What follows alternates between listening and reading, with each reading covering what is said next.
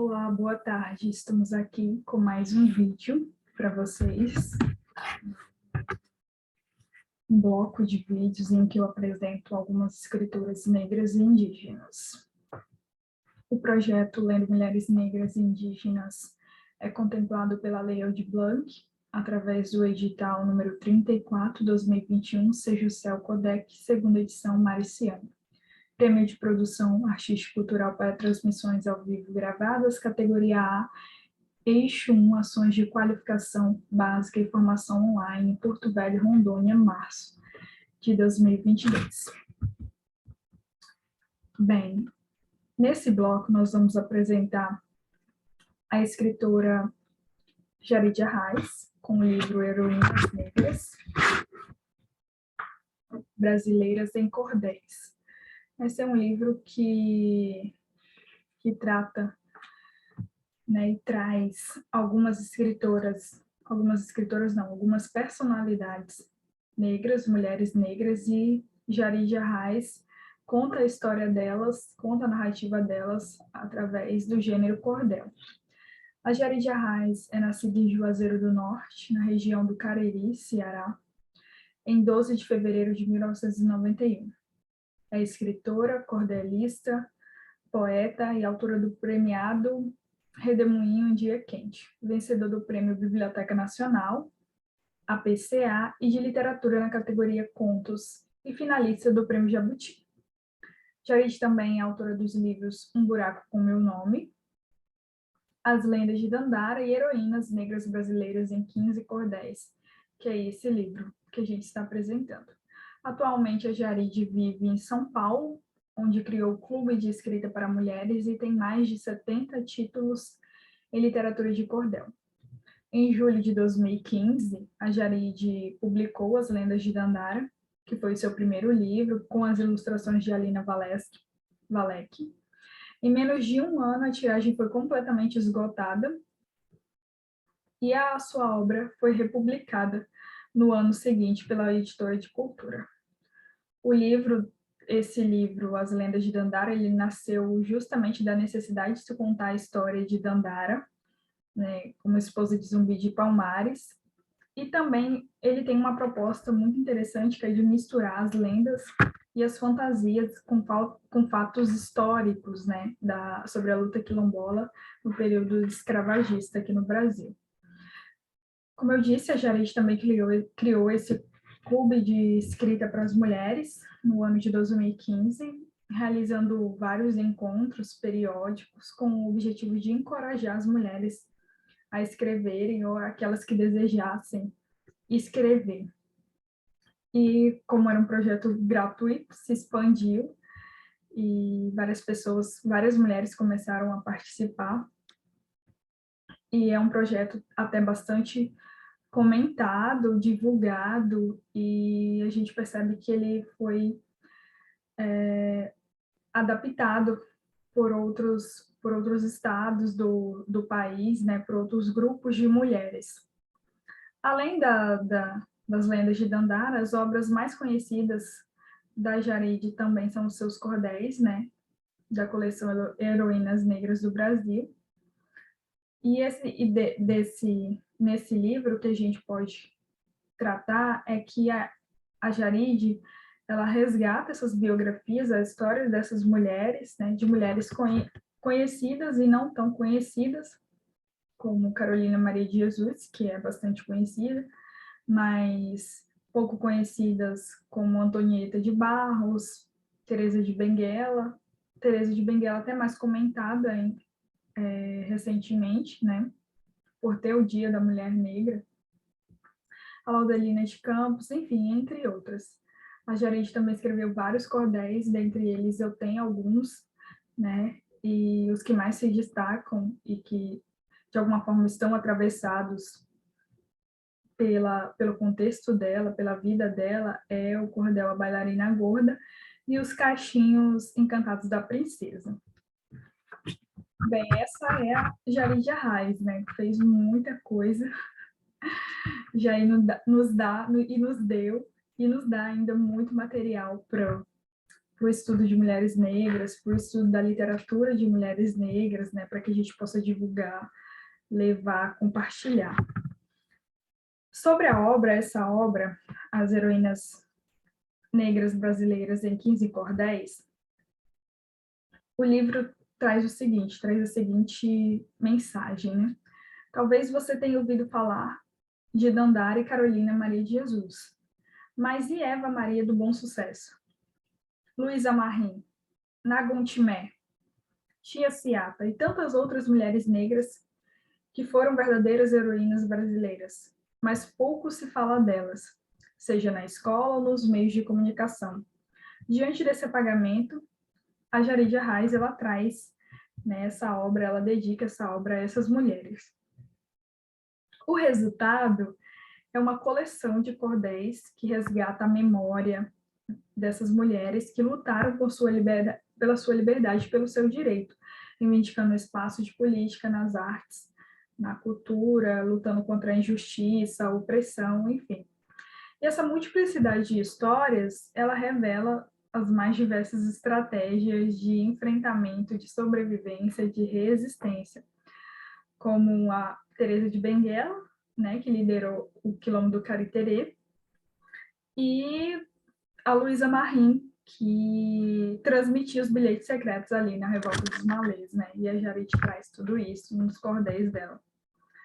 São 15 histórias, né, ilustradas pela Gabriela Pires, e cabe a gente espalhar, divulgar, compartilhar. Não pode dizer que não tem, tem, né? E aí a gente faz esse papel de, de transmitir essas histórias, né? Essa é a Jaridia Reis, linda, maravilhosa, perfeita, escritora. E aqui alguns livros que ela publicou, que A Lenda de Dandara, As Lendas de Dandara, de 2016, Um Buraco com Meu Nome, de 2018, e Redemoinho Dia Quente, de 2019. E eu vou ler para vocês aqui alguns cordéis do livro Heroínas Negras Brasileiras em 15 Cordéis, para que a gente possa, para que eu possa compartilhar com vocês e vocês possam ter interesse, se não tiverem esse livro, de consumi-lo, de apresentá-lo, porque material tem, né? Então a gente faz esse papel de divulgar mesmo esse trabalho da escritora Jaridia Reis. O cordel se chama Luísa Marim. No século XIX, Luísa Marim nasceu. Com sua origem africana, sua história aconteceu. E com incessante gana, seu nome prevaleceu. Vinda da costa da mina, afirmava ser princesa, mas vendida como escrava, teve na luta a certeza. Depois de alforriada, demonstrou sua proeza. Viveu como quituteira e morou em Salvador. Usou com sua inteligência seus talentos de sabor, pois usava o tabuleiro de mensagens portador. Nos quitutes que vendia, ela neles enrolava as mensagens escondidas que em árabe espalhava, ajudando nos motins que também organizava. Muitas das rebeliões dos escravos na Bahia tinham a participação que Luísa oferecia. Sua contribuição era de grande valia. A revolta dos malês ocorreu em Salvador. Foi a mobilização com origem dos nagôs, os escravos muçulmanos ajuntados com fervor. Se fosse vitoriosa a revolta organizada, Luísa Marim seria, de rainha coroada. No estado da Bahia, ela seria aclamada. Mas Luísa se envolveu na revolta sabinada. Muito foi auxiliar, com mensagem repassada. Pela sua inteligência, ela deve ser lembrada. Lá também foi descoberta, perseguida e encontrada. Dizem que fugiu para o Rio, onde então foi degradada, enviada para Angola, mas não foi documentada. É por isso que existe quem pesquise diferente e afirme que Luísa foi bem mais eficiente, fugindo para o Maranhão, onde foi influente. Há autores que afirmam que Marim desenvolveu dança tambor de crioula e então permaneceu como forte referência ao redor do povo seu. Importante mencionar que foi mãe de Luiz Gama, poeta e abolicionista de imensurável chama, e por ele foi citada respeitando sua fama. Luiz Gama, que escreveu, sobre ela registrou. Era magra e muito bela, e retinta sua cor, dentes alvos e brilhantes de um gênio vingador. Era uma mulher sofrida, muito altiva e generosa, também boa quitandeira, sempre tão laboriosa, das origens convencida, ela delas orgulhosa. O pai branco de Luiz o vendeu quando criança, separando de sua mãe na racista pobre herança, de ser branco dominante, indigno de confiança. Mas Luiz era guerreira, a rebelde sem igual. Fez ainda de sua casa como um quartel general, onde eram planejadas as revoltas sem igual. Apesar de tudo isso e de tudo que lutou, essa mulher imponente muito se silenciou, pois ainda não se conta tudo o que realizou. Mas apenas sua memória é forte o suficiente para mexer na estrutura dessa gente incoerente, que não fala a verdade sobre o negro insurgente. Gostaria que Luísa fosse muito mais lembrada nas escolas brasileiras, fosse sempre ali citada. É por isso que lutamos para que seja memorada. E para as mulheres negras, Marinha é uma referência, um espelho poderoso dessa forte resistência.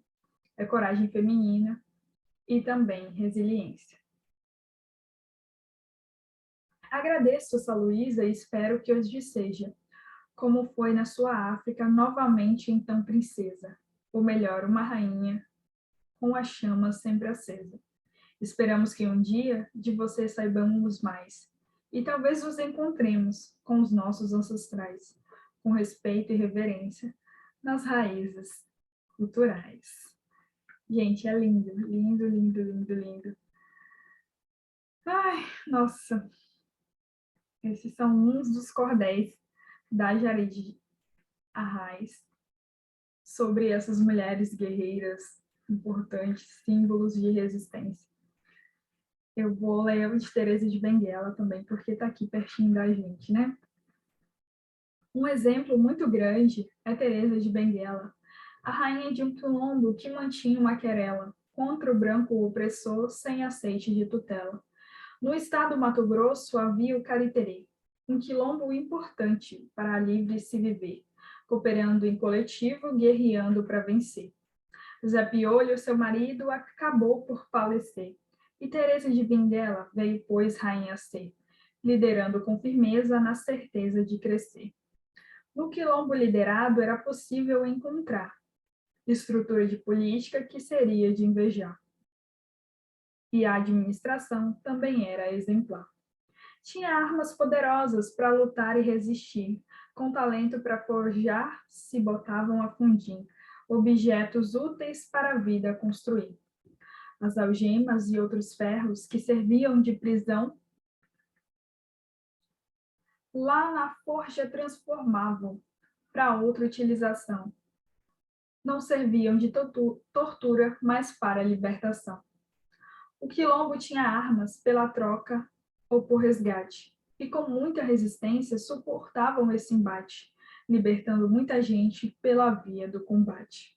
O sistema muito rico tinha até um parlamento, e também um conselheiro para a rainha em embasamento. Que exemplo grandioso era o gerenciamento. Além disso, ainda tinha o plantio de algodão, e também lá se tecia para comercialização, os tecidos que vendiam fora da quilombação. As comidas do quilombo que ali eram plantadas, dividida entre todos, também comercializadas, tudo aquilo que sobrava para venda enviadas. Tinha milho e macaxeira, e também tinha feijão, sem esquecer a banana com fins de alimentação. E as sobras, como disse, para comercialização. Foi por isso que Teresa 2 décadas reinou, com a força do quilombo, com a garra liderou. É por isso, para a história, a rainha então ficou. Em 1770, Cariterê foi atacado por Luiz Pinto de Souza. O Coutinho era enviado. Pelo sistema escravagista, o quilombo era acabado. A população de negros, 79 se contavam, e a população de índios, 30 que restavam. Foram presos, foram mortos pelos que assassinavam. De acordo com o registro, Teresa foi capturada, mas depois de poucos dias, a rainha adoentada terminou-se falecendo da mazela ali tomada. E os brancos matadores a cabeça lhe cortaram, exibindo em alto poste para mostrar aos que ficaram a maldade desses vermes que do racismo enricaram. Dia 25 de julho é dia de lembrar de Teresa de Benguela, que heroína a reinar foi durante sua vida, sem jamais silenciar. Que exemplo inspirador, que mulher tão imponente. Foi Teresa de Benguela, uma deusa para a gente, que até hoje não desiste dessa luta pertinente. É por isso que escrevo Mulher Negra Também Sou, e registro de Teresa o legado que ficou, pois bem poderosamente a Teresa aqui passou. Que seus feitos importantes não mais sejam esquecidos, que o racismo asqueroso não lhes dê escondidos, pois são para o povo negro exemplos fortalecidos. Ó Teresa de Benguela, nosso espelho ancestral, sua alma ainda vive. Entre nós é maioral. Nós honramos sua luta, sua força ancestral. Salve Teresa de Benguela, e aqui está algumas ilustrações do livro. Essa é Teresa de Benguela. Espero que vocês tenham gostado desses cordéis e possam pesquisar mais. Tem alguns que estão livres, soltos, publicados na internet, que a Jarid disponibilizou, que vocês podem analisar, pesquisar, divulgar, compartilhar. Essa é a ideia. Bem, nós vamos, antes de ir para ler a Minapote, é uma proposta de escrita aqui para vocês, né?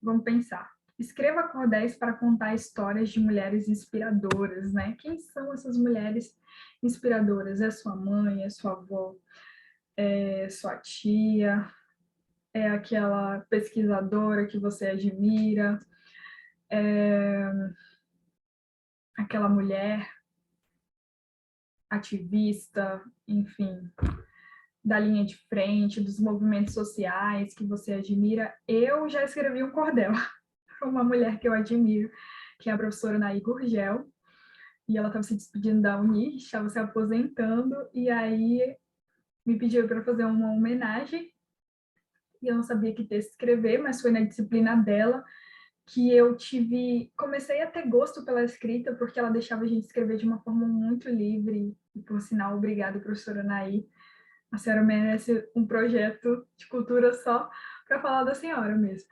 E aí, uma professora, Ana Aguilar, uma outra professora me solicitou, a professora Ana Aguilar, e eu falei assim, nossa, eu vou escrever um cordel. Assim, nem sei escrever um cordel, mas escrevi um cordel para a professora Naí, que é uma grande inspiração, que é uma grande mulher. Eu acho que tá aí, escolha uma mulher para que vocês possam, mulheres inspiradoras, para que vocês possam escrever cordéis ou um cordel. Enfim, fica a dica, gente. Um outro livro é esse, que está aí na telinha também, Menino Lua Menina e Menino Onça, da Lia Minapote ou Minapoti, mas a gente já falou um pouquinho da Lia, né? A gente já comentou dela aqui no outro livro, porque no processo do projeto de extensão, a gente acabou incluindo as mesmas escritoras, mas com livros diferentes. E é por isso que eu trago para vocês aqui também isso, né? Algumas são as mesmas escritoras, mas com livros diferentes. Então, como eu já falei da escritora, eu vou falar só do livro, né? O livro, esse conto, Lua Menina e Menino Onça, da Lia Minapote, é baseado em lendas que, quando menina, ouvia nos saraus de sua aldeia. A Lia é sobre as histórias de lendas que a Lia ouvia, né? Segundo a descrição do livro, né, seus antepassados foram hábeis contadores de história e suas publicações são para ela um ato de manter essa tradição. A valorização da oralidade da narrativa pretende garantir com fidedignidade, quase que não sai, mas não vou Eu não vou aqui... Gente, estou rindo sozinha. Mas eu não vou aqui regravar esse vídeo porque eu errei essa palavra, né? Os detalhes memorizados de conto e preservar a cultura e saberes do seu povo. Todo livro é ilustrado com belas pinturas digitais que surpreendem e ressaltam o encantamento do texto ao ampliar a possibilidade de leitura. Um exemplar precioso indicado para crianças e adolescentes. Gente, esse é um livro muito relacionado às lendas do povo da Lia, né? E eu acho que a Lia faz um trabalho muito concreto, assim, digamos assim, muito palpável mesmo, porque ela divulga essas histórias, mas ao mesmo tempo ela está lá na comunidade dela, na aldeia dela, com o seu povo, né? Também recontando essas histórias, né? Aqui a gente sabe das histórias dela, mas também o seu povo ele continua esse processo de oralidade, repassadas essas histórias e podem daí também surgir novos escritores indígenas ou outras escritoras mulheres indígenas da etnia da Liaminapote. Antes de falar da proposta de escrita, eu vou ler para vocês porque dá para ler o textinho aqui. Quero que vocês percebam a ilustração que é do livro. Eu vou ler. E tem algumas palavras que é difícil ler, porque é de língua indígena, né? E aí é um pouco difícil de pronunciar, mas a gente faz esse exercício, que é justamente o que a gente está propondo aqui, o que eu estou propondo aqui. Yagualari era um curumim diferente dos demais. Na aldeia Maraguá, onde vivia, todos os meninos o rejeitavam. Não sabia por quê, mas certa noite, quando dormia, acordou com gritos de pessoas o escorraçando. Quando deu por si, viu que havia se transformado numa onça. Numa onça? Perguntou admirada a mulher Tuxa, Tuxauá, sem acreditar, olhando-se firmemente, fixamente. Sim, numa onça, respondeu o maioral da aldeia. Temos que cortar o mal pela raiz, enquanto é pequeno, senão, já sabe. Enquanto isso, sem entender, o menino continuava preso no canto de sua morada, rodeado de gente. Mas tudo isso por tão pouco, pensava ele. Não é? Não que fosse feio ou muito grande, afinal era uma oncinha. Mas só pelo fato de se transformar em uma onça enquanto dormia, logo que raiou o dia, o expulsaram da aldeia. Triste, sem entender o porquê dos outros meninos não gostarem dele, de ter sido expulso, o pequeno saiu caminhando para dentro da floresta. Com nó na garganta, querendo chorar, sentiu falta do calor, de carinho e de alguém para lhe dizer o que estava acontecendo, mas ninguém o ajudou. Todos resolveram ignorá-lo. Uma onça, onde já se viu, diziam todos. Assim, Iagualari não teve quem o ajudasse, nem mesmo seus parentes, que acharam melhor desprezá-los para não contrariar a decisão do chefe. No início, sentiu muito medo e ficou nos arredores de sua aldeia, na esperança de voltar. Mas, com o tempo, ao ver que nada do que esperava ia acontecer, resolveu seguir viagem. Andou, foi subindo o rio Guaranamã, na distante Maraguapagi, terra dos Maraguás. E depois de passar por córregos, lagoas, cachoeiras, finalmente chegou à margem do rio. Parou numa praia de areias branquinhas, disse ele: de hoje em diante é aqui minha nova morada, e lhe darei o nome de Casa do Menino Onça. Cansado, Iagualari deitou-se na areia e adormeceu. Nesse instante, sonhou com a lua azul, que brilhando descia até a praia e se transformava-se numa linda menina. Felizes, Iagualari e a nova amiga saíam para passear. Quando acordou, o sol já estava alto. O menino lembrou-se do sonho e pensou: se o sonho pode tornar-se realidade, esperarei aqui a lua menina aparecer. A primeira noite chegou e ele vê à sua frente, surgindo por detrás da mata, a lua. Ela é realmente linda, suspirou. Mas o que realmente a Gualari queria era que ela descesse como um sonho e se transformasse em menina para lhe fazer companhia. O curumim esperou, porém, com o passar do tempo, acabou adormecendo e nada aconteceu. Pela manhã, ao acordar, tomou um banho gostoso na água fria do rio. Voltou e começou a tecer palha para servir de casa. Sendo esperto, logo achou uma maneira de tirar as estacas e fincá-las. Assim fez um mutá. Depois, com varas que sobraram, armou uma cumieira para pôr as palhas do telhado. Tudo isso tendo um suporte maior, que era um galho grosso de uma árvore baixa. Estava pronta sua nova casa. Sentindo fome, desceu até o rio, desenterrou algumas minhocas e as prendeu em uma linha feita de fibras de uarumã. Em seguida, pescou alguns peixes, mas era difícil comê-los crus. Logo e sem saber o que fazer, Yagualari ficou um tempo matutando e nada. A segunda noite chegou o carumim e adormeceu. Enquanto dormia, o sonho que a lua descia em forma de menino e trazia consigo um tição aceso. Na manhã seguinte, ao acordar, viu que havia peixes assados. Na brasa, aproximou-se e encontrou chamas. Pensou, a lua menina veio até mim. Ela existe realmente. Feliz agradeceu a lua, cantando em um ritual que aprendera nos tempos de aldeia. Jixiá, Morangã, Morangã, Jixiá. Uagá, Guate, Jixiá, Se, Jixiá, Obi. Lua bonita, bonita lua. Obrigado, lua, minha lua azul. Depois, querendo fazer o plantio, não tinha o que plantar. Procurou, mas não encontrou nenhum pé de macaxeira. Sem poder fazer muito, sem alguém para brincar, subiu até a cabana e esperou a terceira noite chegar para dormir. Mais uma vez, em seu sonho, apareceu Lua Menina, que descendo trazia consigo muitos pés e brotos de plantas. Acordou como que, já sabendo, foi direto à roça e lá encontrou macaxeiras plantadas. Alegre, Yagualari cantou e festejou por várias horas. A Lua Menina existe e gosta de mim. Na quarta noite, Yagualari não quis dormir, apenas fingiu que dormia para surpreender Lua Menina. Quando ela olhou lá de cima e o viu, desceu até ele. E no momento em que acariciava seu rosto, tomou um susto quando o curumim abriu os olhos. Ah, então é você quem está me ajudando. Sim, sou eu. Eu vejo todas as noites enquanto dorme.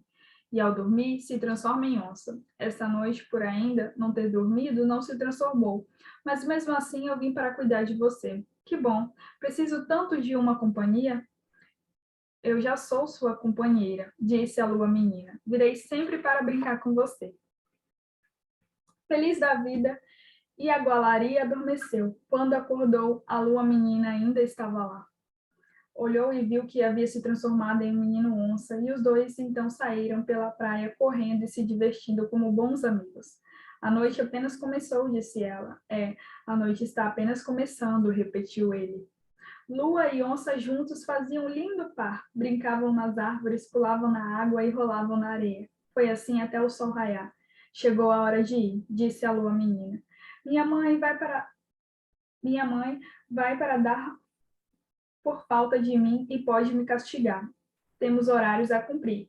Amanhã virei outra vez e brincaremos novamente. Você também só pode ser onça durante a noite. Pela manhã tem que ser gente. Sua mãe é aquela lua branca que estava lá em cima? Sim. Aqui ela parece branca, mas é azul. Realmente vocês são muito bonitas e obrigado por não me ignorar, assim como fez meu povo. É porque eles não sabem o quanto você é especial. Eu, especial, riu-se e Agualari. Sim, talvez não saiba, mas as pessoas como você que têm o poder de se transformar em onça são abençoados por Monangã, o Criador. Foi ele quem fez você assim, justamente para aproximá-los da natureza. As pessoas de sua aldeia não procuraram compreender os planos de Monangã, mas sei que um dia eles vão entender. Quem sabe, disse o menino onça, mas mesmo que eles entendam, prefiro ficar aqui. Conhecer você foi a melhor coisa que me aconteceu. Obrigada, Iagualari, mas agora preciso ir. Amanhã estarei aqui novamente. A lua menina subiu e o curumim não via a hora da noite chegar para dormir e ser acordado pela amiga. O tempo passou e toda vez que eles se encontravam, o menino se apegava mais à luazinha. Ela, por sua vez, lá no alto, passava o dia olhando para baixo, esperando anoitecer para estar com Yagualari. Desse jeito, se apaixonaram e resolveram se casar. Ela, uma linda lua moça azul como o céu, e ele, um rapaz jaguar de pintas pretas sobre o corpo amarelo. Assim, Yagualari, que não podia ser feliz na aldeia, por ser diferente dos outros, encontrou a felicidade com a lua menina dos seus sonhos, vivendo em liberdade, na floresta. Juntinhos à noite, mas separados de dia. O tempo era pouco para um amor tão forte quanto era o amor vivido pelos dois. Assim como os desígnios de Munangã, sempre quando amanhecia, lua moça subia ao céu e o rapaz jaguar cantava.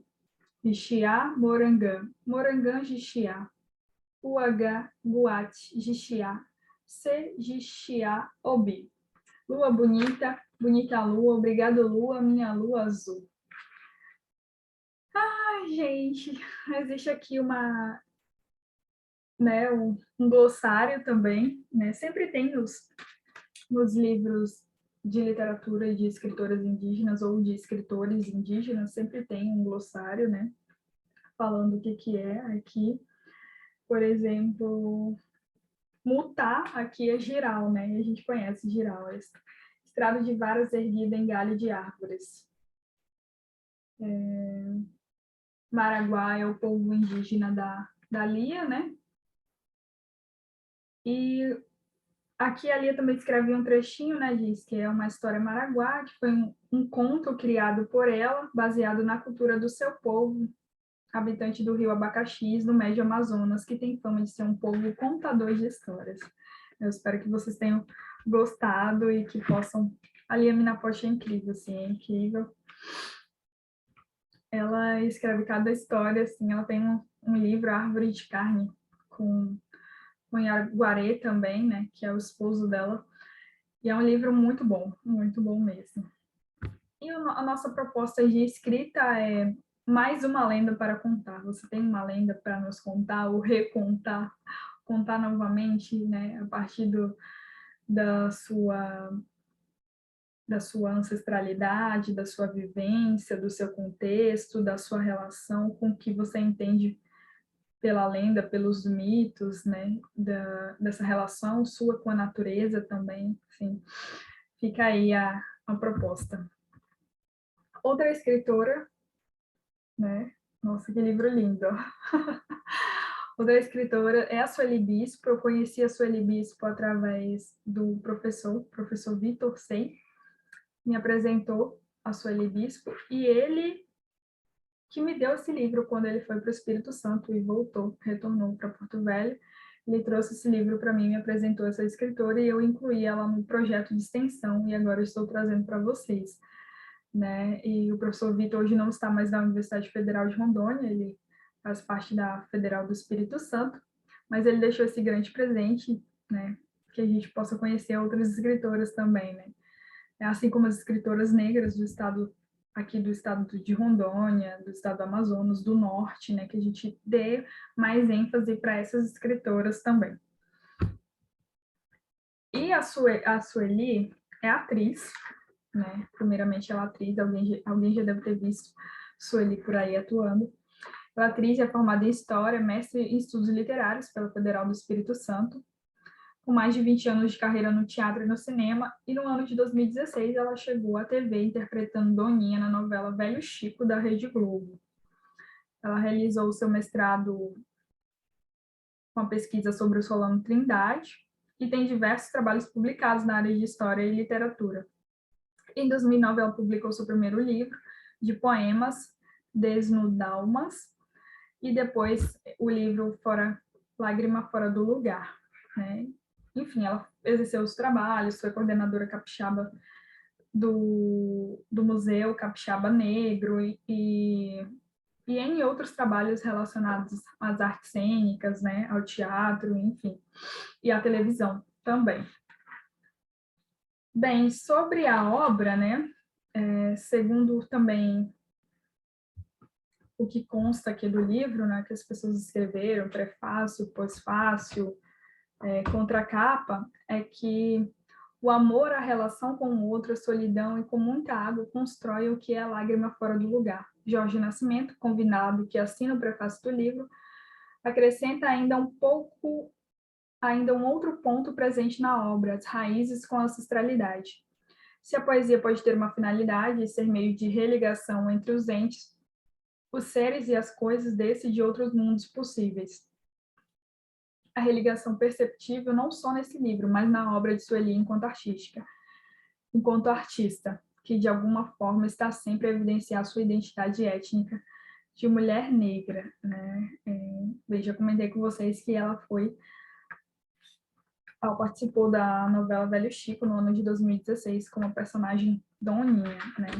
Essa é a Sueli, gente, lembrem muito dessa mulher, né? Espero que vocês possam pesquisá-la e também adquirir o livro dela. Essas são as suas principais obras, né? Desnudalmas e Lágrima Fora do Lugar. Aqui uma relação com as outras artes, que é a televisão, ela e a sua personagem aí, Doninha, né, que foi a segunda fase da novela Velho Chico. E eu vou ler aqui alguns poemas para vocês, da Sueli Bispo, né, que a gente possa se envolver nesse resgate ancestral. O nome do poema é o nome da flor.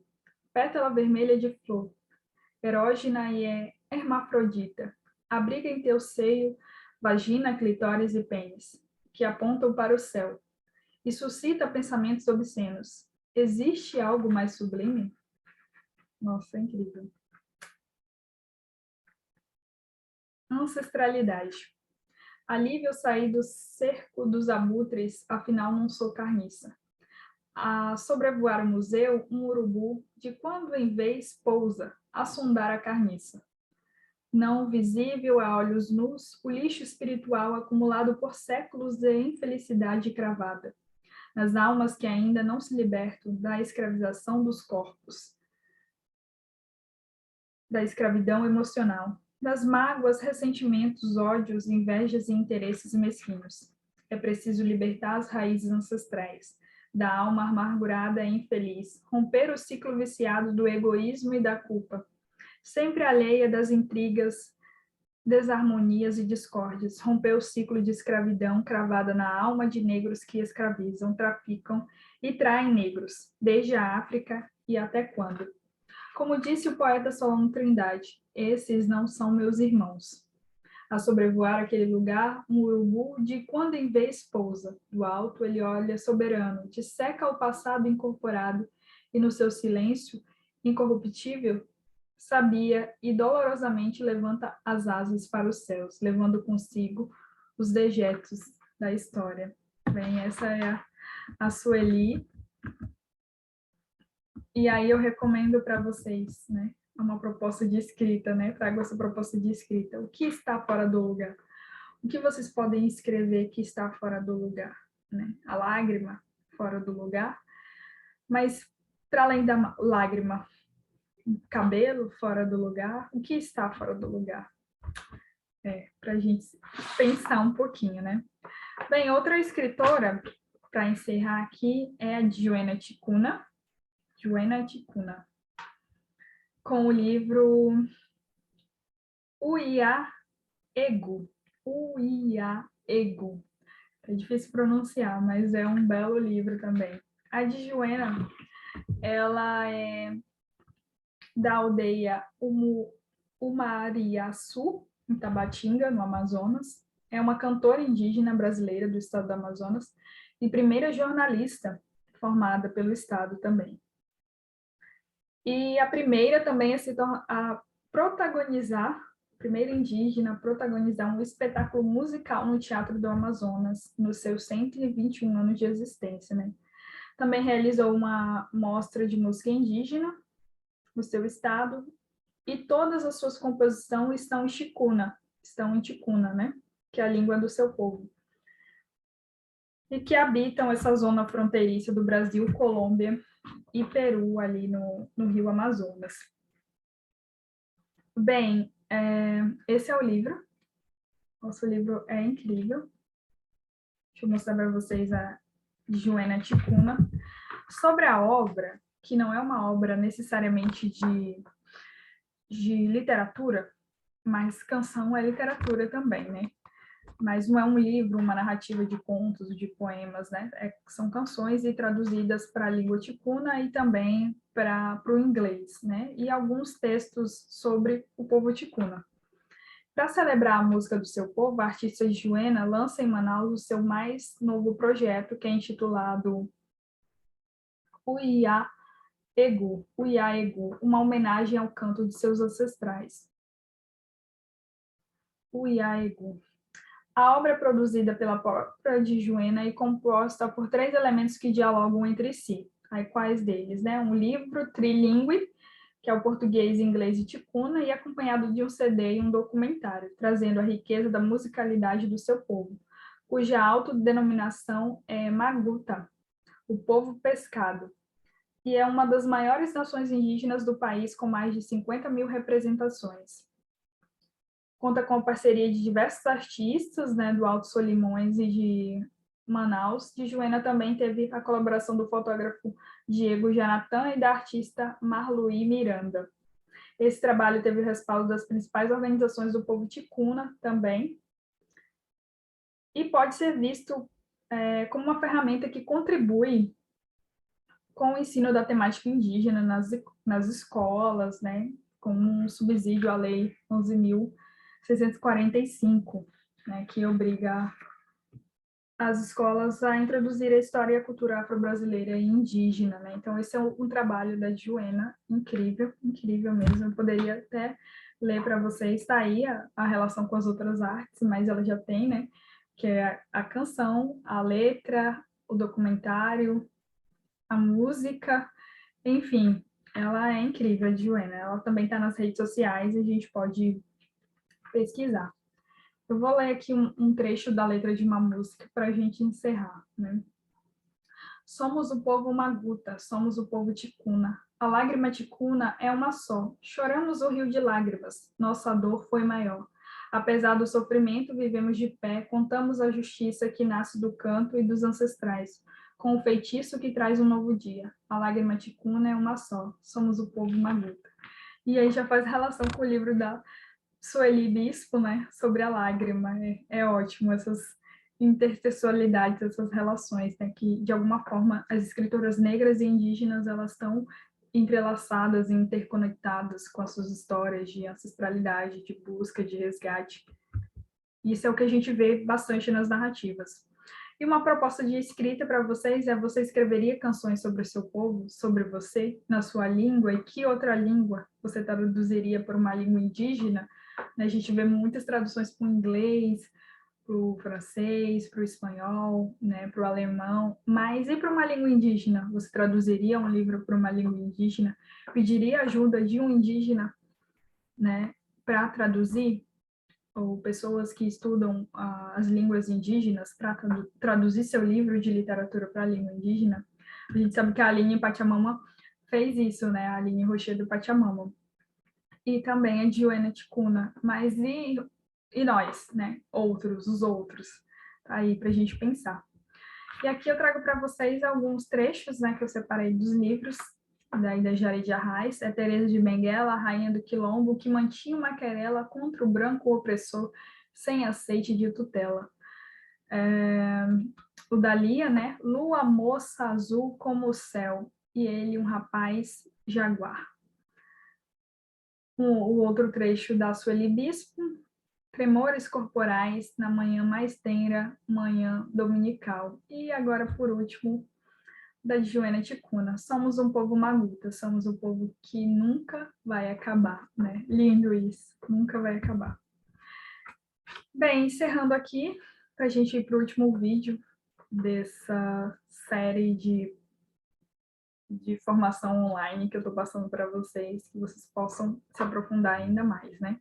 Meus agradecimentos à Lei Aldir Blanc, através do edital número 34/2021, seja o CEL Codex, segunda edição, Mariciane, Prêmio de Produção Artística e Cultural para transmissões ao vivo gravadas, categoria A, eixo 1, ações de qualificação básica, formação online, Porto Velho, Rondônia, março de 2022. Muito obrigada por que chegaram até aqui, espero que tenham gostado. E não façam meme dos meus erros, mas não teria como regravar novamente tudo de novo, porque eu errei, fiz um errinho, mas na verdade errei várias coisas, mas espero que vocês entendam o contexto e o completo, né? Enfim, é isso. E obrigada.